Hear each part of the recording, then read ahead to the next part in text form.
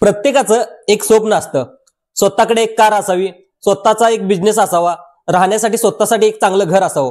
पण आता सध्याच्या परिस्थितीत पाहायला गेलं तर हे स्वप्न आपल्याला संपूर्ण कंप्लीट करायचे. त्यासाठी आपल्याला काय करावं लागेल, श्रीमंत लोक नेमकी काय करते श्रीमंत होण्यासाठी, याचा संपूर्ण व्हिडिओ या व्हिडिओमध्ये पाहणार. तुमच्या आयुष्यातील एक 10 मिनिटं वेळ या व्हिडिओ पाहण्यासाठी दिला तर तुमचे स्वप्न कंप्लीट होण्यासाठी हा एक मदत होऊ शकते. तर सुरुवातीला पाहूया, श्रीमंत लोक श्रीमंत होण्यासाठी काय करतात आणि गरीब लोक काय करतात. तर एखाद्या व्यक्तीकडे 50,000 आले तर 50,000चा श्रीमंत व्यक्ती काय करतो आणि गरीब व्यक्ती काय करतो. तर सुरुवातीला श्रीमंत व्यक्ती त्याच्याकडे 50,000 रुपये आले तर तो 50,000 रुपयाची प्रॉपर्टी खरेदी करण्यासाठी प्रयत्न करतो. तर त्याच्यामध्ये असेल तर गोल्ड असेल, गोल्ड खरेदी करण्याचा प्रयत्न करतो. नंतर चांगला कुठे जागा निघाली असेल तर शेत जमीन निघाली असेल तर अशा ठिकाणी इन्व्हेस्टमेंट करतो. कारण काय की त्याला एक माहित असतं पुढील 3 ते 4 वर्षानंतर याची दाम दुप्पट आपल्याला भेटणार आहे.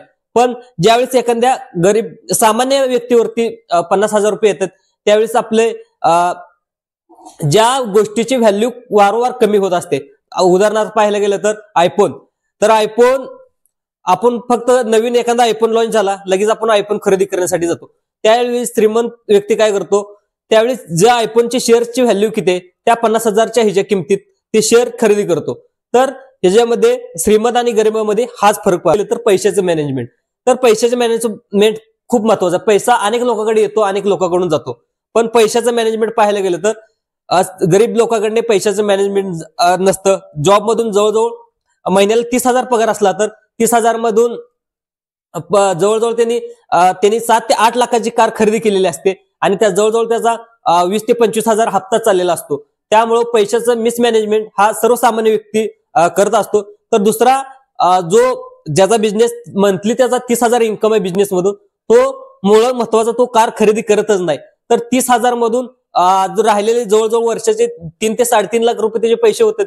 तर तो वेगळ्या ठिकाणी गुंतवणूक करून त्याचा बिझनेस कसा ग्रोथ होईल आणि मल्टिपल इन्कम कसा ग्रोथ होता येईल याची तो माहिती वेळोवेळी घेत असतो. दुसरं पाहायला गेलं तर जो श्रीमंत व्यक्ती पाहायला गेलं तर श्रीमंत व्यक्ती ज्यावेळेस त्याच्यावरती हॉस्पिटल, आता सर्वात खर्च पाहायला गेलं तर अचानक आलेली इमर्जन्सी, कधी ऍक्सिडेंट झाला असेल तर नंतर कधी अचानक आजारी पडला असेल. आता आपण पाहायला गेलं तर वेगवेगळ्या वातावरणामध्ये होणारा बदल आणि त्यामुळे पण आजारी पडण्याची असणारी लक्षणे. तर यामुळे जो श्रीमंत व्यक्ती असतो तो त्याचा इन्शुरन्स करून घेतलेला असतो. त्यामुळे तो आजारी पडला तर तो पैसे भरण्याच्या ह्याच्यामध्ये कधीच तिची भीती नसते.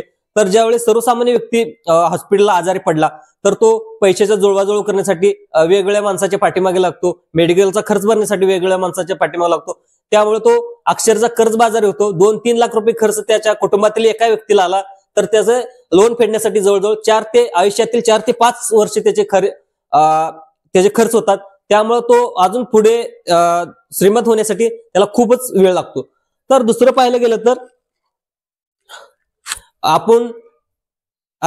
गेलं तर जे श्रीमंत व्यक्ती तो काय करतो, एखाद्या ह्याच्यामधून बिझनेस मधून पैसे आले तर दुसरा एखादा मल्टिपल बिझनेस कसा सुरू करता येतील. एखादी फॅक्टरी त्यांनी चालू केली, शुगर फॅक्टरी चालू केली तर शुगर फॅक्टरीपासून त्याचे उप उत्पादन कसे चालू करता येतील तो त्याचा विचार करत असतो. तर एखादा सर्वसामान्य व्यक्ती 30,000च्या पगारावरती जॉब करत असेल तर असा व्यक्ती इन्व्हेस्ट करण्यापेक्षा त्याच्या आवडीनिवडी दररोज महिन्याला लागणारे त्याचे कपडे, त्यामुळे त्यांचा वायफळ होणारा खर्च याच्यावर नियंत्रण सर्वसामान्य व्यक्तीचं त्याच्यावरती राहत नाही. पैशाचे मॅनेजमेंट, आता आपण पैशाचं मॅनेजमेंट पाहायला गेलं तर आपल्या आशिया खंडातील सर्वात श्रीमंत व्यक्ती धीरूभाई अंबानी यांच्या पश्चात जवळजवळ किती लाख करोड पैसे त्यांनी ठेवून गेले असतात. पण त्याचे सख्खे 2 भाऊ मुकेश अंबानी आणि अनिल अंबानी.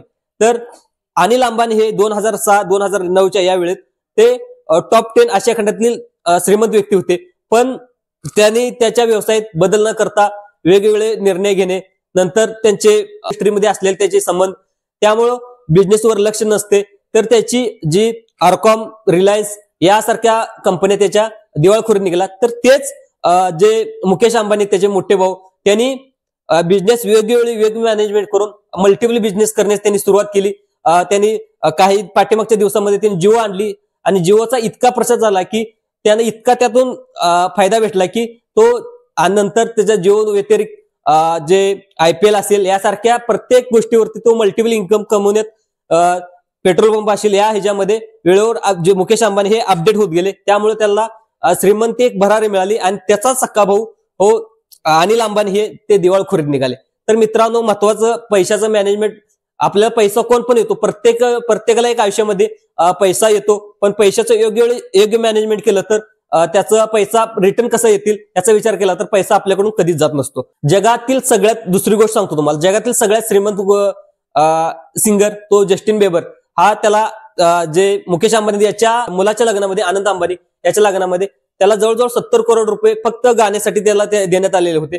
तर आता सध्या त्याच्या तोंडाला लकवा मारलेला आहे, पण त्याचं पैशाचं मिसमॅनेज असल्यामुळं तो सध्या दिवाळखोरीत निघालेला आहे. त्याला राहण्यासाठी सध्या त्यांच्या ह्याच्यामध्ये घर सुद्धा नाही, तो आता सध्या रेंटच्या घरामध्ये राहतो.